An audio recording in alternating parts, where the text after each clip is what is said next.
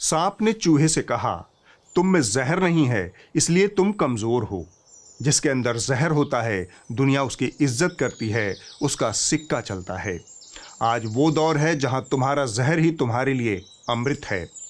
चूहा सांप की बात ध्यान से सुन रहा था। सांप ने आगे कहा, जब तुम्हारे पास जहर होगा तभी लोग तुमसे डरेंगे। चूहे को सांप की बात पसंद आने लगी। उसने पूछा, फिर मुझे क्या करना चाहिए? सांप ने कहा, सीधी सी बात है, तुम्हें अपने अंदर जहर पैदा करना चाहिए। हर हाल में समाधान की उम्मीद से चूहा बोला, वह सब तो ठीक है, मगर अपने अंदर जहर मैं कैसे पैदा करूं? सांप ने मदद की पेशकश करते हुए कहा, तुम चाहो तो मैं तुम्हारी मदद कर सकता हूं। तुम मुझसे जहर ले सकते हो। चूहे के जिस्म में खुशी की सरसराहट दौड़ गई। ताकत की चाह में उसने फौरन हामी भर दी। दोनों पक्षों की आम सहमति से सांप ने मुस्कुराते हुए अपना जहर चूहे में उतार दिया। रगों में लहू के साथ जहर मिलते ही चूहे का बदन नीला पड़ गया। चूहा हमेशा के लिए शांत हो गया। चूहे की डेड बॉडी लेकर सांप अपनों की सभा में पाताल लोक पहुंचा। वहां उसका अभूतपूर्व स्वागत हुआ। चूहे की डेड बॉडी देखकर सभी सांप जोश में फुफकारते हुए हिस्स हिस्स फुस फुस के नारे लगाने लगे।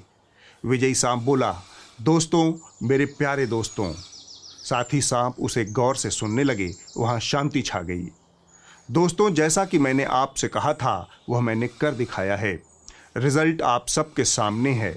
सांपों ने चूहे की डेड बॉडी की ओर देखते हुए फिर से हिस्स हिस्स फुस फुस के नारे के साथ उसका समर्थन किया। विजयी सांप बोला, हम पहले से ही बहुत बदनाम हैं, अब हमें और बदनाम नहीं होना है। साथियों, आप देखिए कि यह काम मैंने कितने लोकतांत्रिक ढंग से किया। हमने कोई हिंसा नहीं की, हमारे ऊपर कोई इल्ज़ाम नहीं लगा। इस चूहे ने मुझसे खुद जहर मांगा था। यह कहते हुए सांप का फन तन गया। सांपों की सभा में कोलाहल मच गया। चारों तरफ हिस्स हिस्स फुस फुस का समवेत स्वर गूंजने लगा।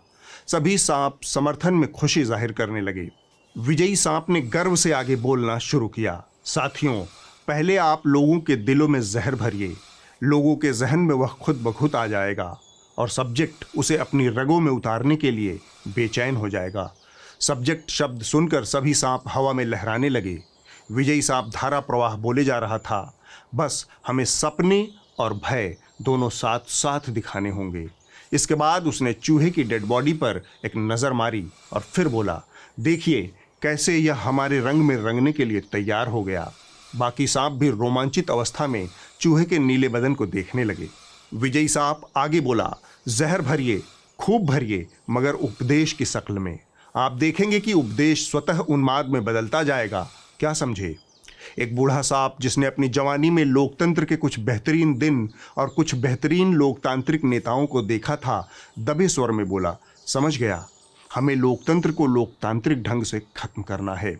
विजयी सांप गर्व से बोला, बिल्कुल सही समझे आप, बस हमें वर्चस्व को उत्कर्ष की शक्ल में बेचना होगा। पल भर में सभा जोशीले नारों से गूंज उठी, हिस्स हिस्स फुस फुस। सांपों ने मिलकर विजयी सांप को एक मत से अपना नेता चुन लिया। नए नवेले नेता ने बहुत प्यार से अपनी जुबान से 2 बूंद जहर टपकाते हुए कहा, आइए हम लोग साथ साथ अपना राष्ट्रगान शुरू करते हैं। सभी सांप समवेत स्वर में गाने लगे, लोकतंत्र खुद को डसवा कर हमको दूध पिलाता है, जो जितना जहरीला है वह उतना पूजा जाता है। चूहे की डेड बॉडी पास में ही पड़ी थी। सांपों को उम्मीद थी कि आइंदा से डेड बॉडी की आमद निरंतर बनी रहेगी। कथा लगभग समाप्त होने को थी। तब धृतराष्ट्र बीच में बोल पड़े, कहानी तो बड़ी अच्छी थी, पर चूहों की अकल क्यों मारी गई है?